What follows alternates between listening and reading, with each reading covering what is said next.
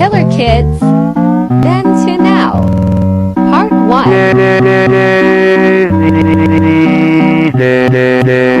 Share copy link. Daddy, daddy, daddy, hurry! I saw something scurry.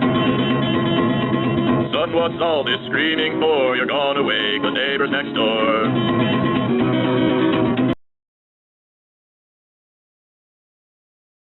Scary stalkers caught on camera. This video shows a girl while recording a man with a face mask following her on the road.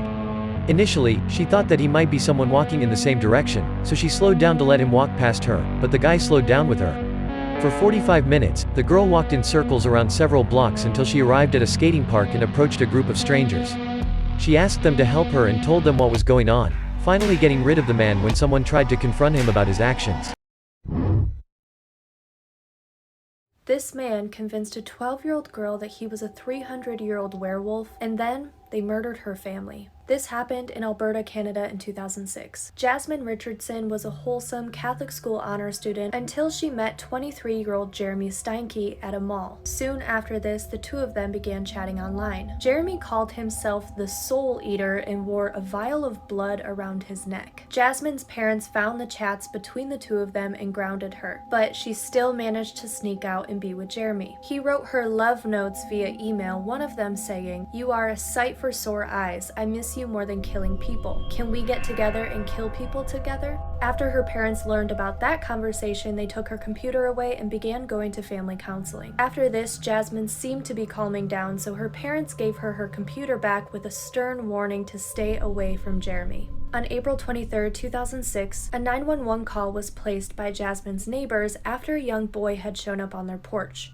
The boy had went over to the Richardsons' house to play with Jasmine's 8-year-old brother. When he couldn't get a hold of the family's phone, he went over to the house and peeked into the basement window where he saw what he believed was a body. Once police arrived, they went inside and found a bloodbath. The bodies of Deborah and Mark were found in the basement. Mark had been stabbed 24 times and Deborah 12. Upstairs, they found 8-year-old Jacob with his throat cut. One of the investigators noticed a photo of the family in a picture frame and realized that the girl in the picture, Jasmine, was not at the scene. They searched for a fourth body but couldn't find it, so their fear was that whoever was responsible for killing the family abducted Jasmine. Little did they know at the time that 12-year-old Jasmine was actually involved. A day later, police received a tip from one of Jeremy's friends who said that both Jasmine and Jeremy were at a party the night before where they bragged about killing Jasmine's family. Jeremy was quoted saying he gutted them like fish. Police caught the couple trying to escape in a truck driven by Jeremy's friend, and they had only traveled about 80 miles from the murder scene. During his interrogation, Jeremy admitted to killing Mark and Deborah and insisted that he did not harm 8-year-old Jacob and that Jasmine was responsible for the death of her own brother. Jasmine admitted to taking Jacob's life because it was too sad to leave him as an orphan. The two of them called it a love story. At his trial in 2008, Jeremy was convicted of first-degree murder and sentenced to life in prison. He'll be eligible for parole after serving 25 years. Jasmine got the maximum sentence allowed for her age, which was 10 years. She was actually released in 2016 and has since returned to live in the community under a new name.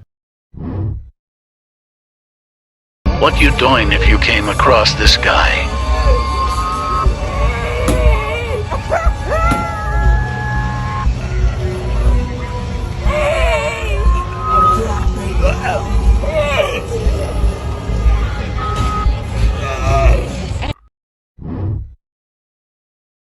I ain't scared. Tyler, you scared? Yeah. Oh, nah, dude. Wanna play? I'm good. I don't want to play. No.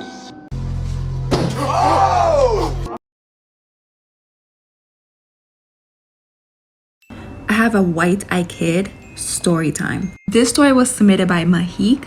I really hope I'm not butchering his name. I went ahead and tagged him down below.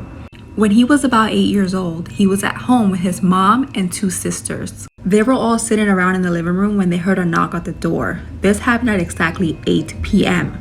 When the knock first happened, his mom told all of them to be quiet. His mom never had good feelings about opening the door, especially when someone was knocking at that time of the night. Mahik, being 8 years old, decided that he still wanted to see who it was, so he creeped up to the door and kind of peeked out the peephole.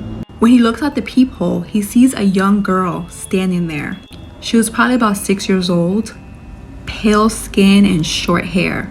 They had all been completely silent at this point because they didn't want whoever was out there to know that they were aware of the knock. When out of nowhere the girl says, "Hello, have you seen my friend Ellie?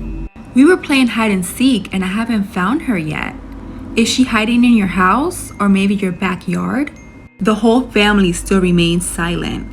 Mahik was so busy studying everything about her. He was so consumed by her, and it was almost like her eyes were looking right through him. Her eyes were fixed right at his. His mom gathered up the courage and said, "No, I don't think so." The little girl responds with, "Oh, well, can I come in and look for myself? Maybe I can check your backyard. Or at the very least, can I use your toilet? I really need to use your toilet."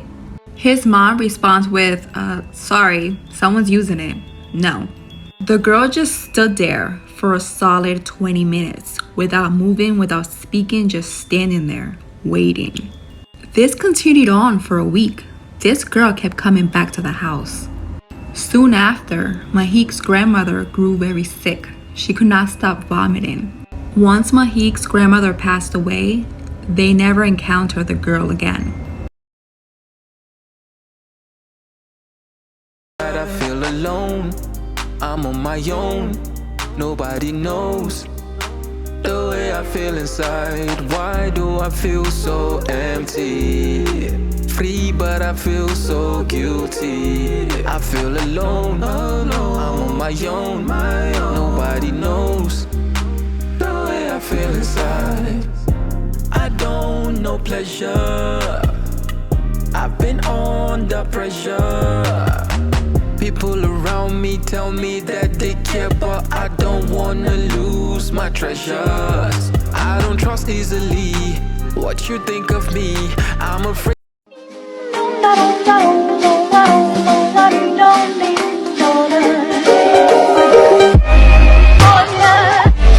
Creepy Brain Disorders, Part 1. Cotard Syndrome. This disorder makes people think that they are dead. Mr. B was a 65-year-old retired teacher with no family history of mental illness. When he suddenly began having sad moods, stopped being able to feel pleasure, slept and ate less, and developed feelings of worthlessness. He later started having delusions that his organs had stopped working and his house was going to fall down.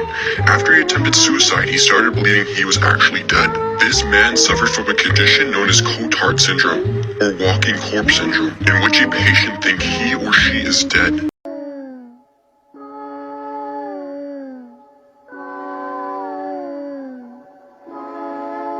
Wait a minute. This one actually kind of looks like you. I don't see it. What the freak? Its eyes moved. I'm serious, dude. Oh my gosh. Come on, man. What are you talking about? Did you not see that? The little figurine's eyes moved. Why are you always messing with me? What the?